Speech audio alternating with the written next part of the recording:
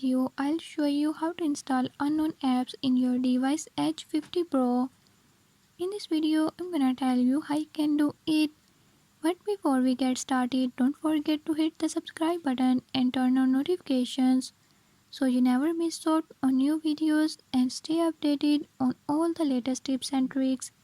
Let's get started.